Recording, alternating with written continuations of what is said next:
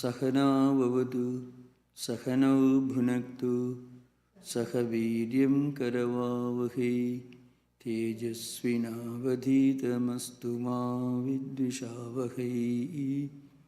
Om Shanti Shanti Shanti. Harihi Om. So the topic in front of us is Dhammapada and the Bhagavad Gita. Most of you, at least many of you, must be familiar with this. The most important foundational spiritual and philosophical classic. The condensation of all that you find in Hinduism, Bhagavad Gita, 700 verses. Now Dhammapada, the word itself, means the path of dharma, the path towards liberation, the path towards right living. That's the meaning of this particular word, Dhammapada. And I shall give a brief history of, or the context of this very important text. Buddha lived around 6th century BC. Now, the 6th century BC was a very important time in the history of modern civilization. That particular time produced many outstanding philosophers and also spiritual leaders. For example, Buddha in India and a number of other philosophers like Vardhamana Mahavira, who was the founder of Jaina religion, Tirthankara. He was also an elder contemporary of Buddha. And also there were many other outstanding Hindu philosophers belonging to different traditions of Hinduism, the Astika Darshanas. Now, along with that, you should also remember that that was also the time of the pre-Socratic philosophers of Greece. So you can find within a period of around 300 years, between 4th century and 7th century BC. All these great thinkers and philosophers lived in different parts of the world. Confucius in China, Buddha and Vardhamana Mahavira, the founder of Jaina religion in India, and before Socrates in Greece, and also Confucius in China, Zoroaster in what we now call Iran, which was called at that time Persia, which was primarily a civilization very close to the Vedic civilization of India. So this was the time when Buddha lived and worked. Now, Buddha's background also is very interesting. If you look at his history, his birth, and the early upbringing, you can see the close connection between what all he experienced during his early days and what all he taught in books like Dhammapada or other important textbooks. Dhammapada comes from Sutta Pitaka, one of the triple canons of Pali Buddhism, if you call Pali canonical literature, which is related to Theravada Buddhism, it's called Hinayana. More traditional form of Buddhism, which gave more importance to monasticism than laity. Anyway, there's a difference. I'll try to give a background of this. So Buddha lived in 6th century BC, and his father was a king named Suddhodana. He was not a big emperor. It is something to do with his own life, because when he was born, one of the astrologers, one of the court pandits, consulted the astrological books and predicted and prophesied that this boy would one day become a great emperor or a great man of renunciation, an emperor among renunciates, mendicants. And his father, his name was Suddhodana, rather preferred that his son becomes an emperor, because he was himself a minor monarch, not comparable to the two great empires that were just close by. One is the Emperor Kosala, and there is a much bigger empire called Magadha Empire, which is capital of Magadha Empire was Pataliputra, which is now close to the modern city of Patna, which is the capital of one of India's provinces called Bihar. The name Bihar itself came from Vihara. Vihara means a Buddhist monastery. So it was filled with Buddhist monasteries during the 3rd and 2nd century BC. I mean, about 400 years after Buddha's passing away. So this state itself got this name Bihar. So Va become Ba in some linguistic forms, especially in Pali. Now, his father, Suddhodana, King Suddhodana, wanted that his son should become a big emperor. We have to keep this in mind, and only we understand some of the profound teachings of Dhammapada. And again, he thought that he was a minor king, and there was this council, a kind of monarchic democracy of those times. A number of kings, minor monarchs, forming an assembly, and the assembly pays tributes to a big emperor. And Magadha was the biggest empire of those times, which actually extended to some of the Central Asian countries, Central Asian states, which are actually part of ex-Soviet Soviet Union. Azerbaijan, Kazakhstan, Samarkand, all these places were part of Magadha Empire. And right up to Sri Lanka in the south, Khorasan, Samarkand, Azerbaijan, Kazakhstan, Kyrgyzstan in Central Asia, in extreme north, and in the west, Afghanistan, close to Afghan-Persia border, and right up to Burma. This was the extent of Magadha Empire, roughly more than twice as big as India today in geographical terms. It's a big empire. So his father wanted a Buddha should become a mighty emperor. So he made sure that this little boy is always surrounded by luxury, wealth, objects of enjoyment, things of enjoyment. So the little boy grew up in the palace without any knowledge of the realities of real human life outside the palace. Because the king wanted that he should be filled with ambition, desire for wealth and conquest. But the Buddha's destiny had something else in store. So, and again, Buddha, from Buddha Vijaya, Sughosa's other books, Lalita Vistara, some of the classical books, it becomes clear that he was an outstanding expert in all kinds of martial sports. You have to remember, Buddha's father, King Suddhodana, ruled over a kingdom which spread over to Nepal and also in India-Nepal border in Bihar. So part of the kingdom was in India, the other part of the kingdom was in Nepal. So he was coming from a clan which even today produces the fiercest warriors in the world, who made distinction in the Second World War, in the First World War, even the latest Falkland War. The Gurkhas come from the same clan to which Buddha belonged. Of course, there is a different aspect which I don't have to go into. It's a part of military history. Anyway, whatever it is, and with the community with zero criminals, that's the idea behind this particular martial community. Now, Buddha belonged to such a clan. So he excelled in all kinds of martial arts. He excelled in all the sports which are natural to a prince of those times, well educated in Sanskrit, in Vedas, and so on.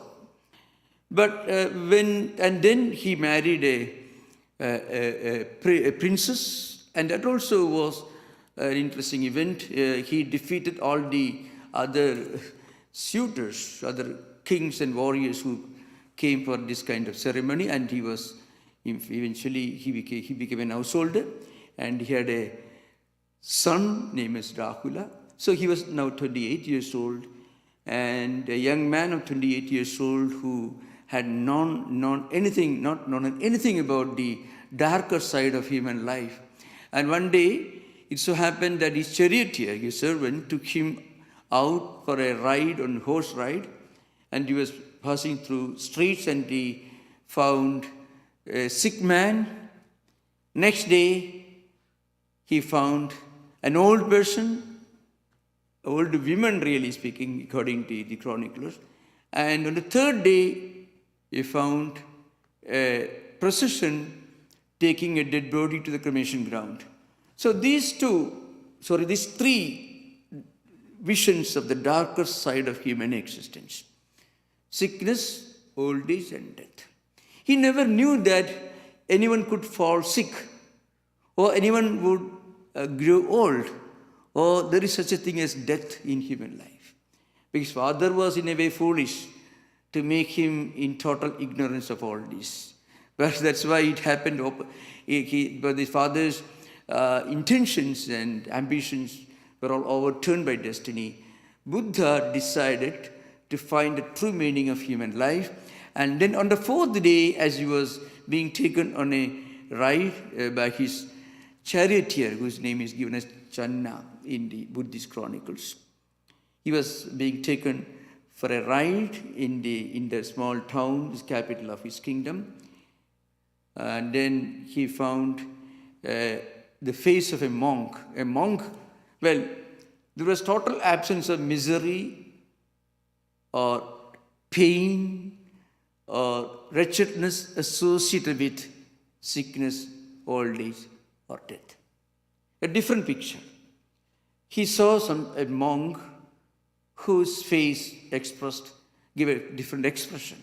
And he wanted to be like him, like the monk.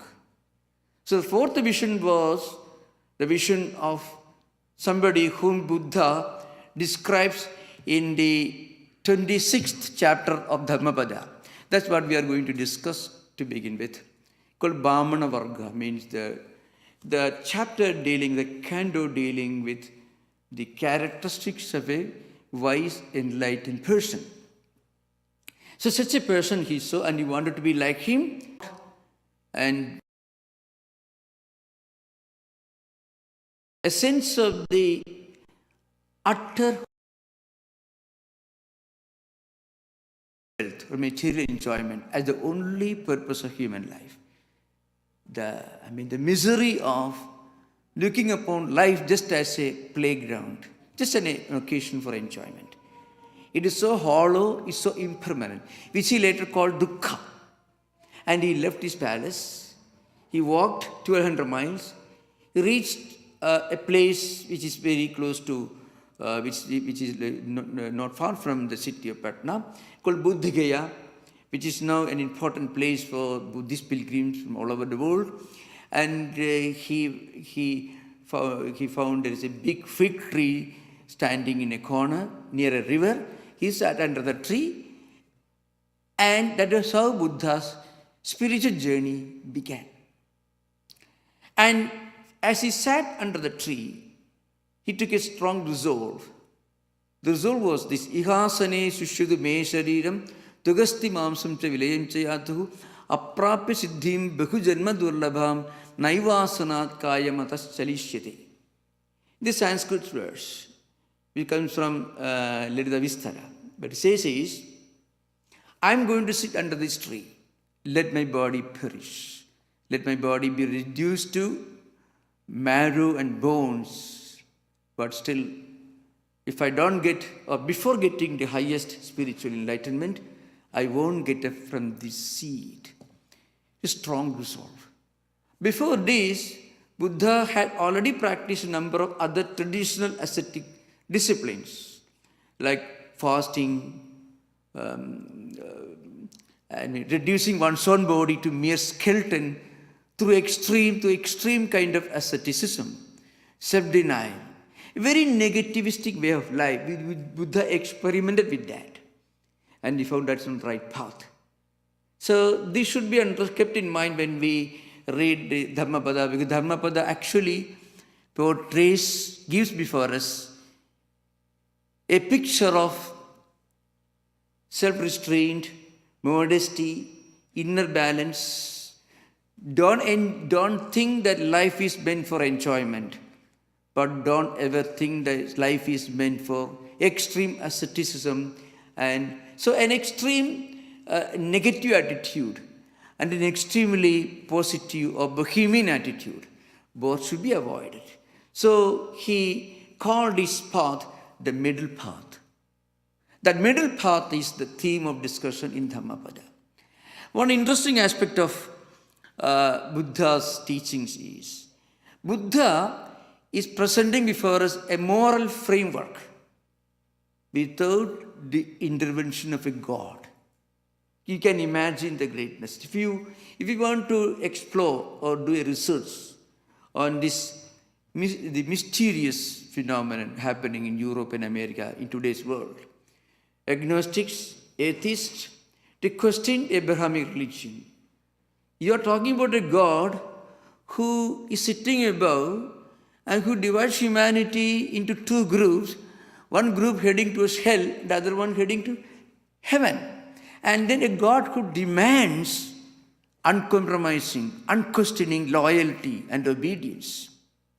Of course, in Christianity, there is the humane, the merciful, the image of mercy, humanism, love and compassion of Jesus Christ.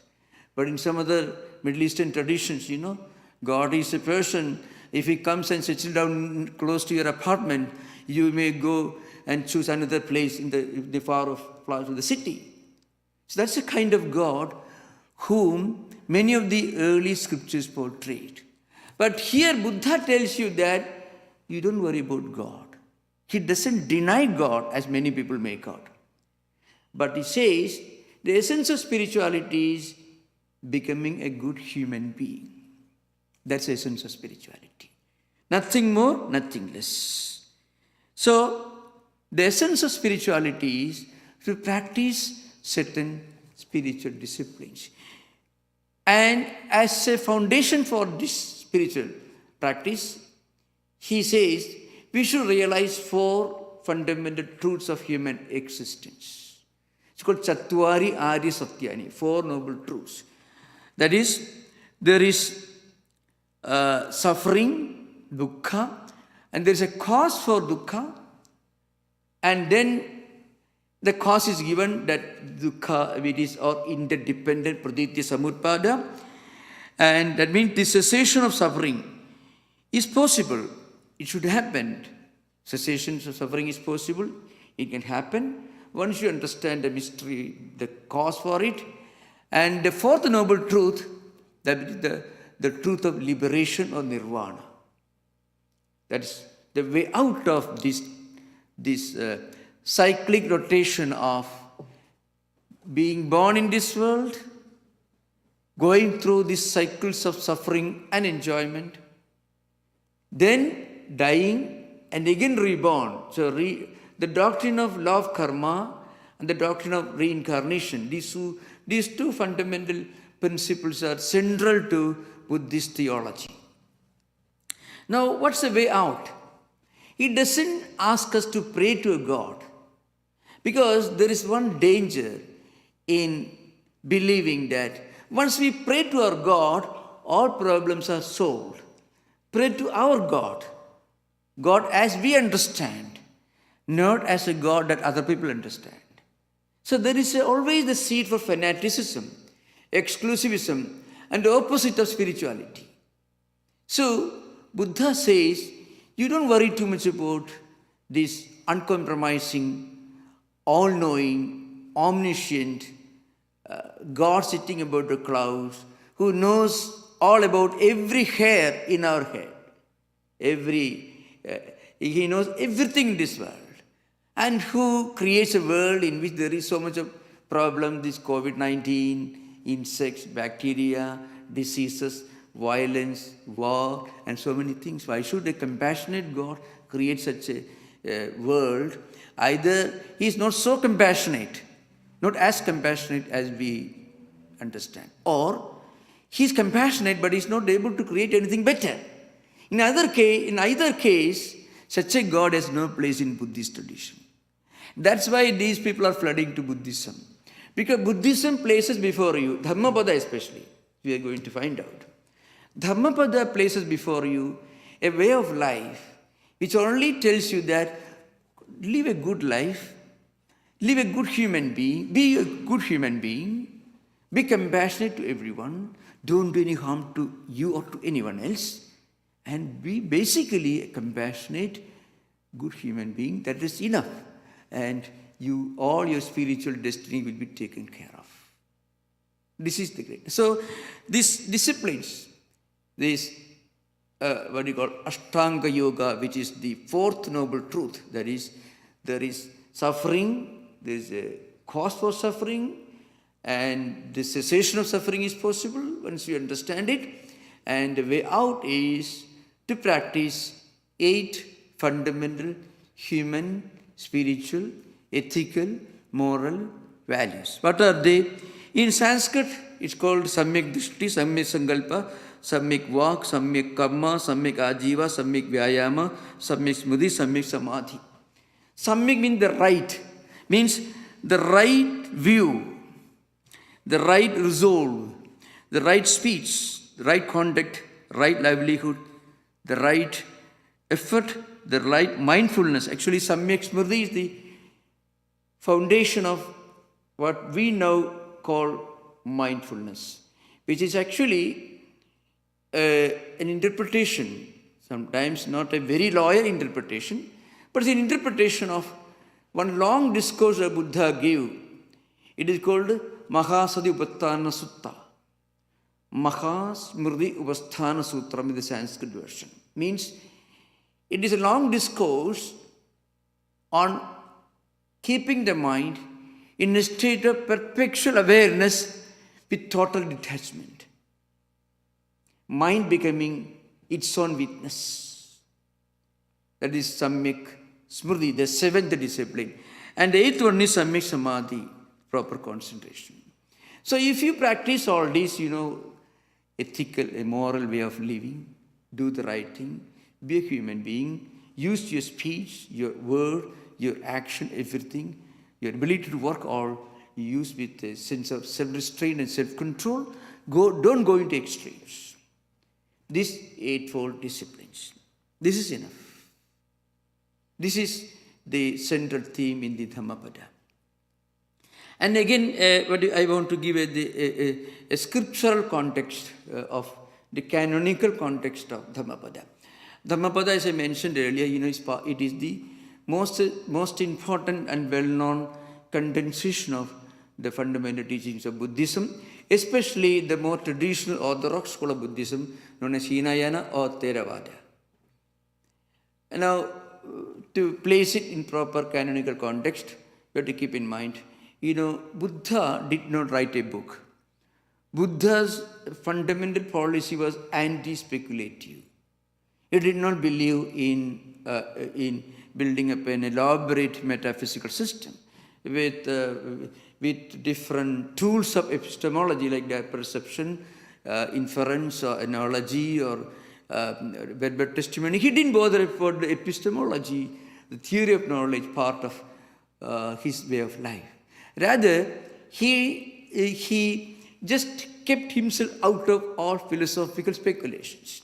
Whenever his disciples asked him a question on philosophy, he simply gave a story. In fact, the Dhammapada contains 423 verses. Each of these 423 verses is a response to some episode that happened and Buddha is resolving the mystery. Just like Jataka tales, Buddha went through 543 different previous life and incarnations as he meditated under the Bodhi tree.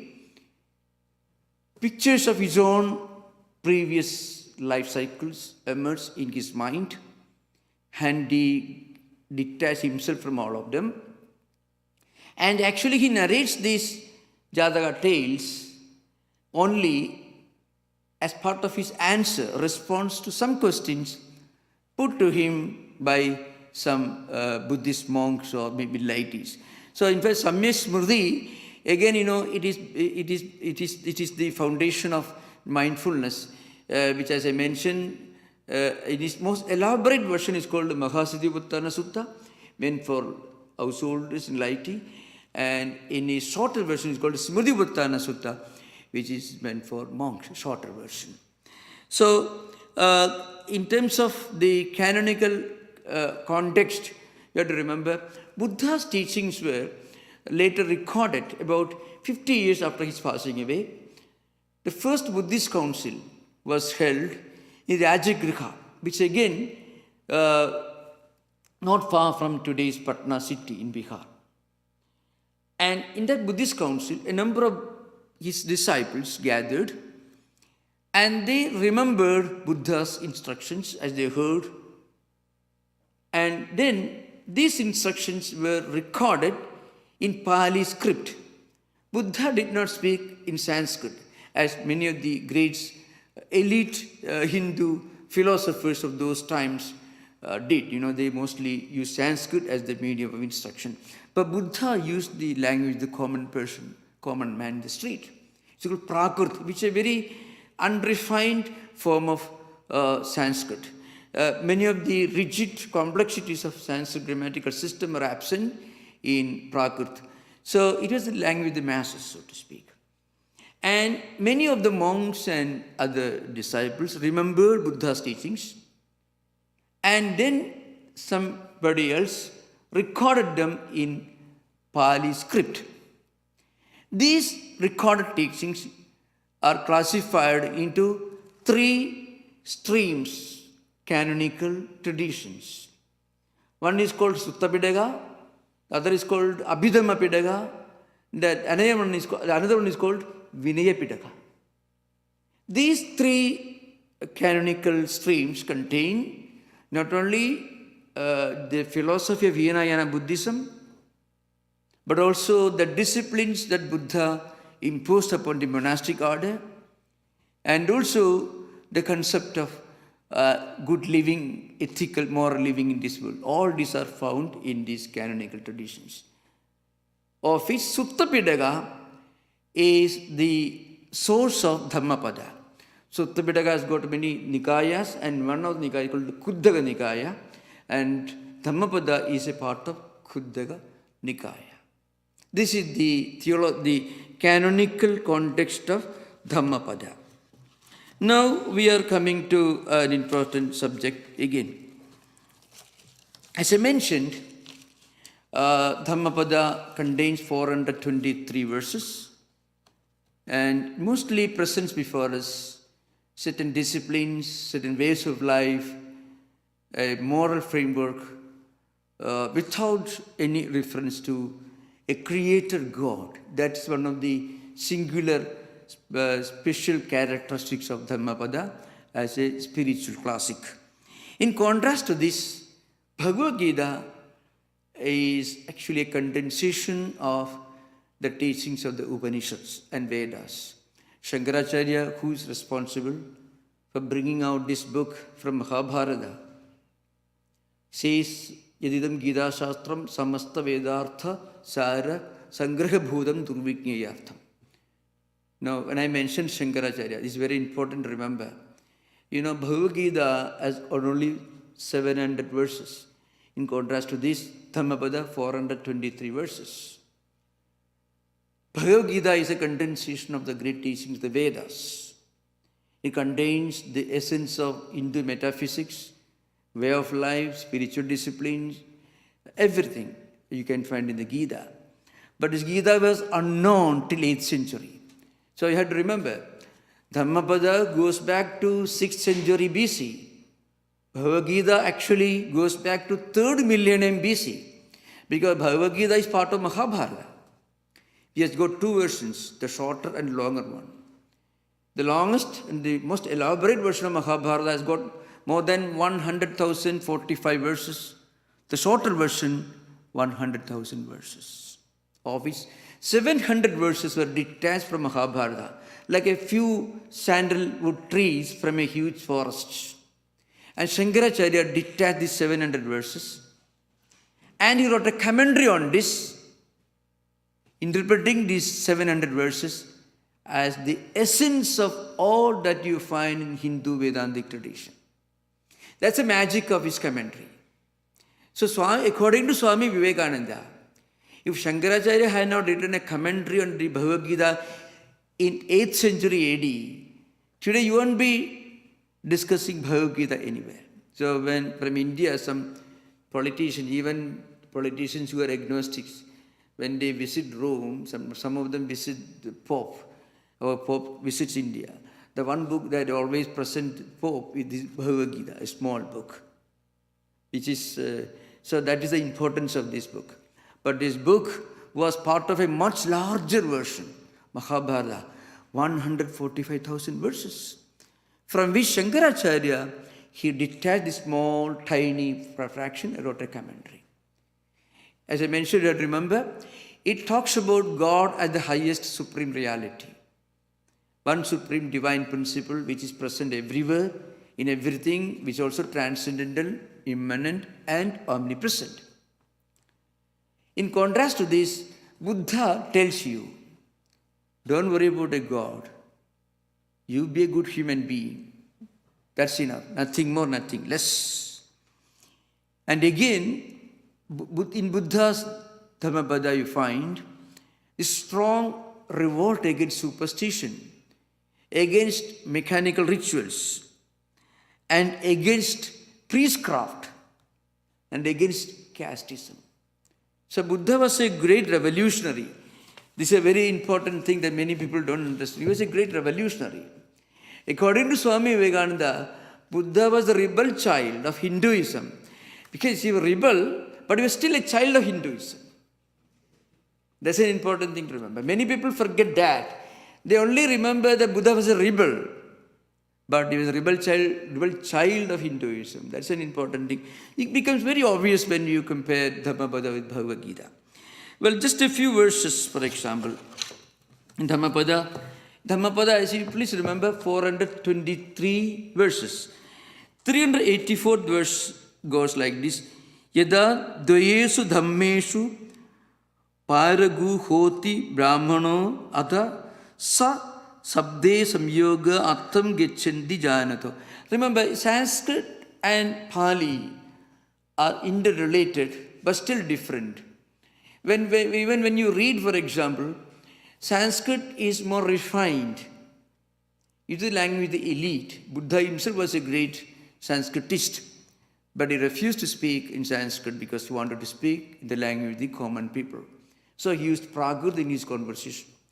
And the Dhammapada, which actually contains his teachings, which he gave in Prakrit, written in Pali. Pali was the script in which Prakrit used to be written, especially in religious literature. Now, actually, this is nothing but a Pali version of Bhagavad Gita. In the second chapter, Dukkeshu anudikdamanaka sukheshu vigadaspraha vidaraga bhayakrodhaga stidadhihi muniruchyate. Yes sarvatra anabhisnega tattat prapi shubhashubham na abhinandadi na dveshti tasya prajna pradishthita. You know, I am now quoting from the 26th canto, chapter of Dhammapada.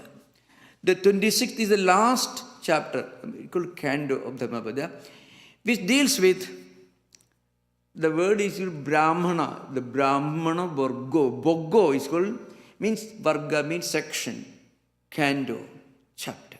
The chapter that deals with the characteristics of Brahmana. Now, whom does Buddha call a Brahmana? The enlightened person. So that should be understood. Many of the verses elsewhere, Buddha tells you, I don't call him Brahmana who just shows some external signs or symptoms. The true Brahmana is a person who has realized all these supreme spiritual truths. So, if you read, if somebody takes this Dhammapada copy, especially the Pali version, you find it mentioned Brahmana Voggo mentioned. Varga becomes Voggo in Pali. So it doesn't mean that Buddha is talking about Brahmana as a symptom of, as implying a caste. Rather, he says it's the state of a spiritual evolution, state of spiritual enlightenment. So here, for example, it says, when a Brahmin is crossed beyond duality, then all the fetters of such a seer come to an end. This is Dhammapada 384. So if you cross the ocean or the blockade, the barrier of duality, when you see differences, where Sri Ramakrishna says, where you see the two, there is ignorance. Where you see only one, there is knowledge. Sri Ramakrishna's own simple language you find. So as we grow in our spiritual life, we see less and less. We begin identifying with diversity or distinction or difference. We start seeing less and less differences or distinctions in things and in persons.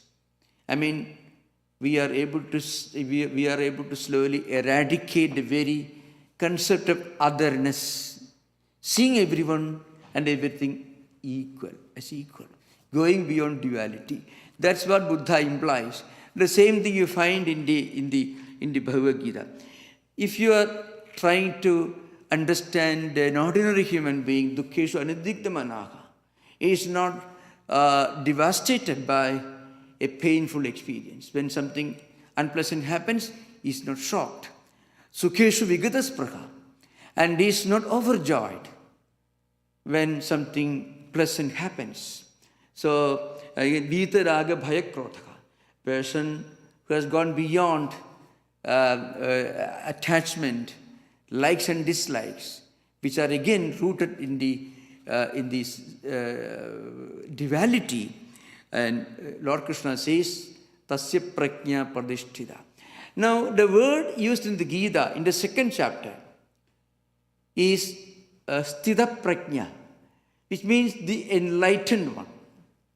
The same sense in which Buddha used the word Brahmana in Dhammapada.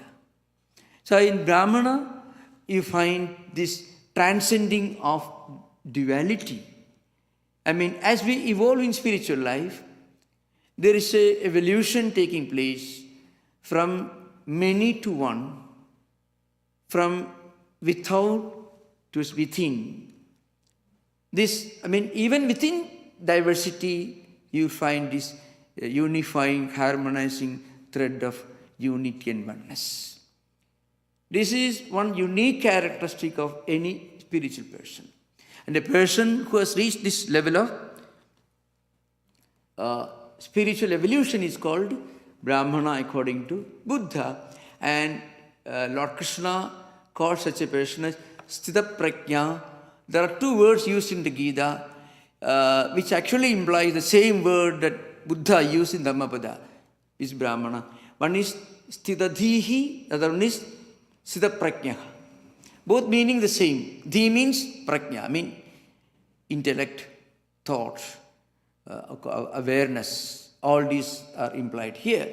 So a person whose mind is always stable, because his eyes, his mind go beyond diversity, and he can see the same reality everywhere. And in his own character you can find, yes sarvatra anabhisneka tatta prape shubhashubham na abhinandati na dveshti tasya prajna padishtita. A person who is not particularly attached in an obsessed manner to as a person, because that kind of obsessive attachment has its counter effect. You will be obsessively hostile to another person. So, looking everyone as your friend, this total absence of the otherness, and then tatta prapi shubha ashubham, whether happiness comes, unhappiness comes, your mind remains stable, unattached, and you don't go about pleasing everyone, and you don't, of course, hate anyone, you don't displease anyone deliberately. So, Swami Tattwamananda is, the well-known classic in English language. You can find, which you could reread in Olima Memorial Days, meditation and spiritual practice. So he says, anyone who deliberately spends all his time to please another person, either he is a great saint like a Buddha or is a great crook. That's the idea. Deliberately trying all the time to please a person, either he must be a Buddha or he may be a crook. So Gita says, na abhinandati, na dveshti. You don't go about praising everyone all the time, and you don't blame anyone. It's an idea. And often we are living in an era of motivational speech and seeing positive everywhere. See, seeing positive everywhere is sometimes there is a unpleasant. It's almost like a trap in it, because everything in this world cannot be always pleasant or positive. The unpleasant is part of life as a whole. But if you are taught to see everything in a positive light, well, it is only halfway. The real goal should be to keep the mind above both, to see the positive and negative with the same equanimity of mind, the same equanimity. Because if you are always looking for the positive, and somewhere you may find something which is not necessarily positive, then it will be negative only. So if you always look for happiness, there comes a time when you don't see happiness, you'll be seeing only unhappiness. So the real purpose, the real goal of human life should be to go beyond both. Na abhinandati, na dveshti. Dukkeshu anudiktamana sukheshu vigataspraha. These two verses in the Gita is the Pragyalakshana. It means seeing good and bad with the same equanimity of mind, interpreting with the same equanimity of mind. You find the same idea in the Dhammapada, as Buddha says, as I mentioned already here. He says this. Now, of course, there is another very interesting discussion here.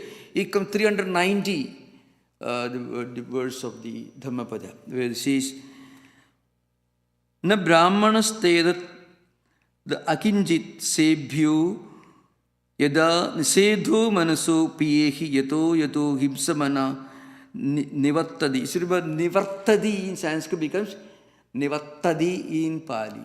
Because in Pali it becomes less refined, because the grammatical perfection that you associate with Sanskrit language was absent in Pali. See, it almost the kind of vernacular, that's all. Tato sammadi meva dukkham. What it means is nothing better than restraining our senses. There is nothing better in a wise person, in a Brahmin, than his ability to restrain his mind from pleasurable things. Restraining mind from pleasant and happy experiences means not being too attached with something that is happy, because if you are attached to something that's very happy and pleasant, you are likely to be terribly depressed when you find something that may be less pleasant and which is very likely to happen next moment.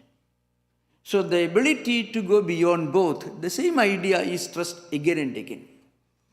Suffering disappears for him to the same extent that he gets rid of thoughts of harming anyone, the Dhammapada.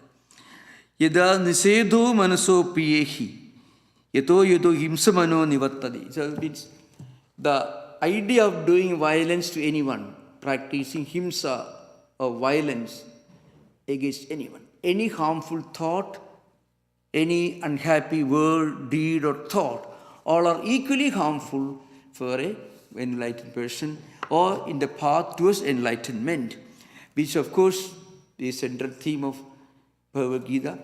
Advesha sarvabhudanam maitra karuna evaja nirmamo nirahangara samadukha sukhakshami. So Advesha sarvabhudanam Maitra Karunevacha. This actually comes in the Bhakti Yoga.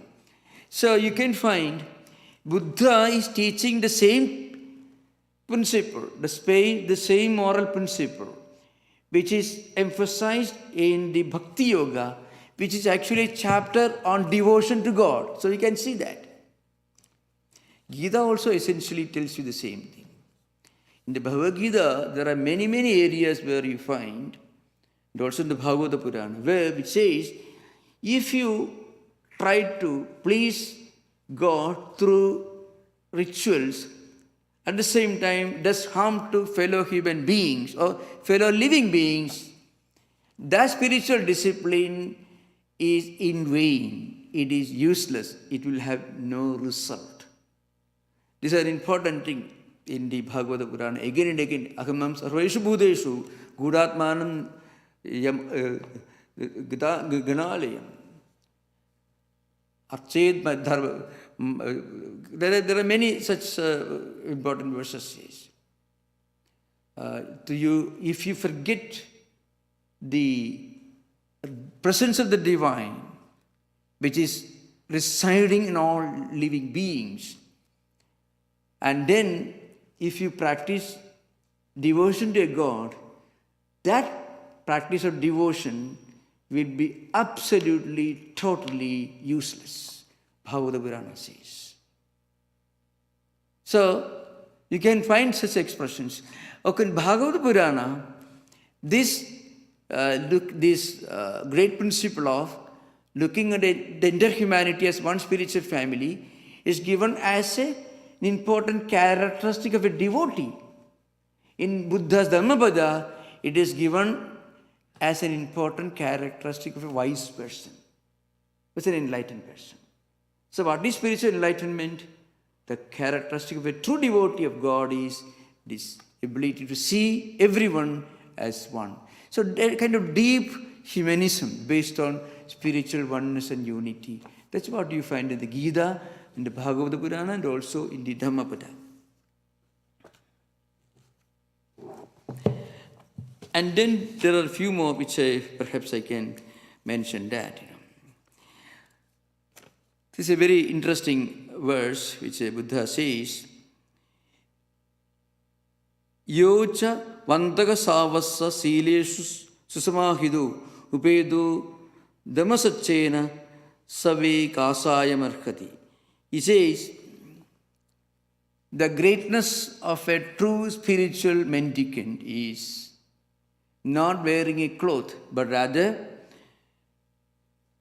cleaning his mind of all attachment, all aversion, all hatred, all negative feelings. So a clean mind is the most fundamental characteristic of a spiritual person. Of course, this doesn't come in Brahmana Varga 26th verse, but in the 26th verse, Brahmana Varga again, there is an interesting verse in the Dhammapada, which says,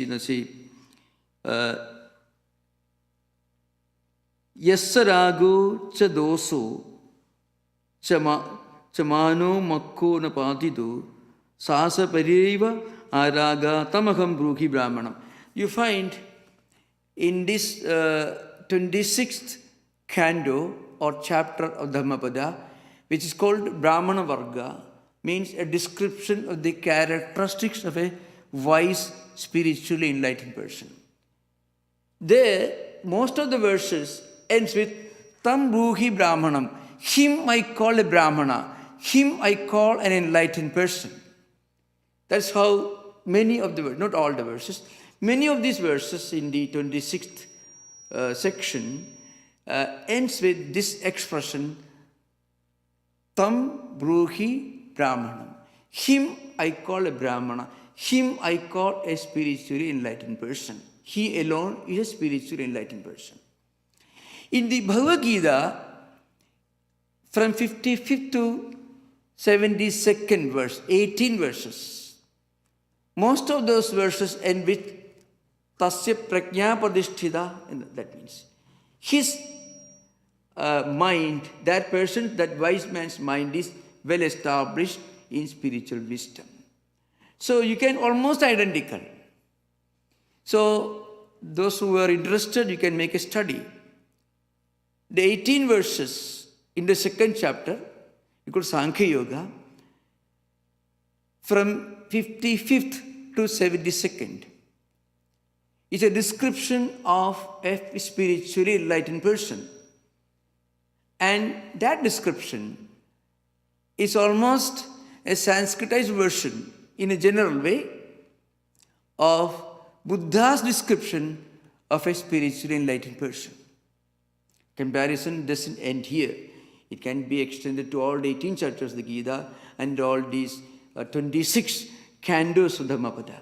So I'm giving some samples only. Here Gita says, Raga Desha Viktaistu Vishayan Seshu Gojaran Atmavasya Vidheyatma Prasadam Adhigachati. So a person who has cleans his mind of all raga and dvesha, excessive attachment and excessive hostility, ill will, lust, pride, that used in the Dhammapada itself, Yasa rago, so doso. So remember, raga, dosa, dosha in Sanskrit becomes doso in Pali. That's all, minor differences. So the same idea you find, that is, him I call an enlightened person, from whom lust, ill will, pride and envy have completely disappeared. That's the idea behind. Who is completely free from excessive attachment or excessive hostility towards anything.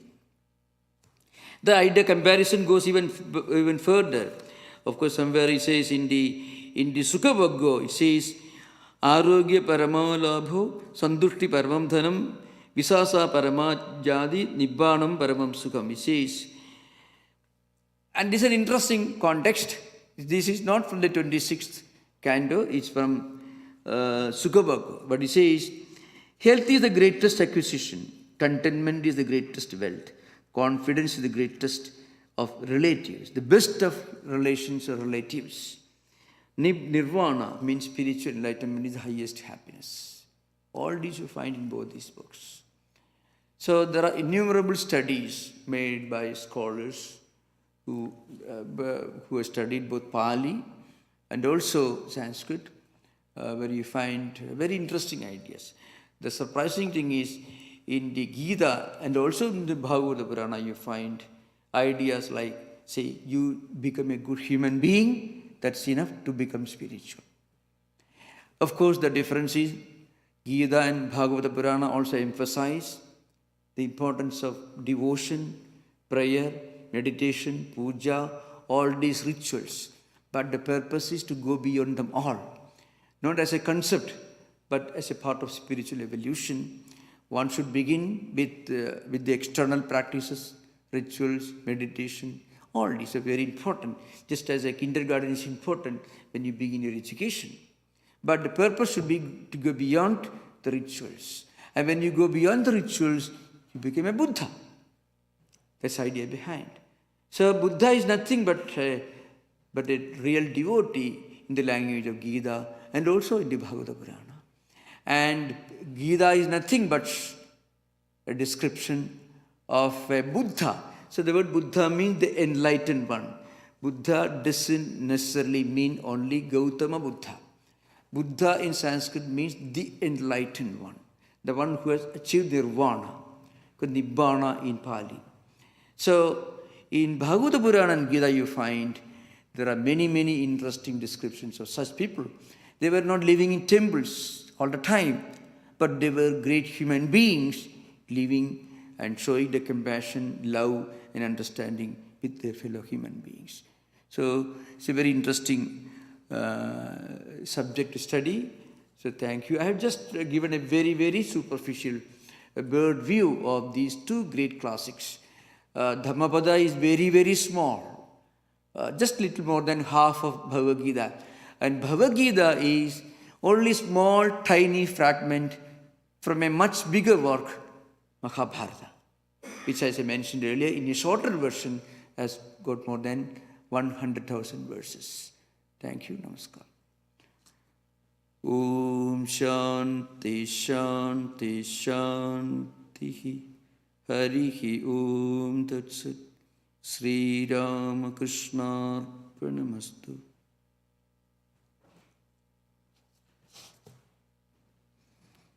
Now we have announcements. The subject for next Sunday is the Gospel of Sri Ramakrishna. This talk will be given by Swami Aparananda, who was the head of Berkeley Vedanta Society for many years, several years. On Sunday evenings, there is an online class at 6 p.m. on the foundational text of Indian philosophy. The Zoom and YouTube links are available on our website homepage as well as in the monthly email bulletin. On Wednesday evenings, we have Vespers with meditation at 7:30 p.m. in this auditorium. On Friday evenings, there is a scripture class at the Old Temple at 7:30 p.m. Please use the auditorium entrance on Filbert Street. The current text for study is the Bhagavad Gita. The class is also streamed. Your cooperation in wearing a mask is greatly appreciated. If you would like to make an offering, a collection plate will be available on the cart at the door as you exit. There is also a mounted offering box near the auditorium door in the foyer. You and your friends are cordially invited to attend all of our services. After the lecture, there will be a question and answer session in Vivekananda Hall, and all are welcome. So we will have a Bhagavad Gita class every Friday, 7:30 in the Old Temple, and then an online class on the foundational text of Indian philosophy at 6 p.m. The Zoom and YouTube links are available on our website homepage as well as in the monthly email bulletin. Thank you. Namaskar.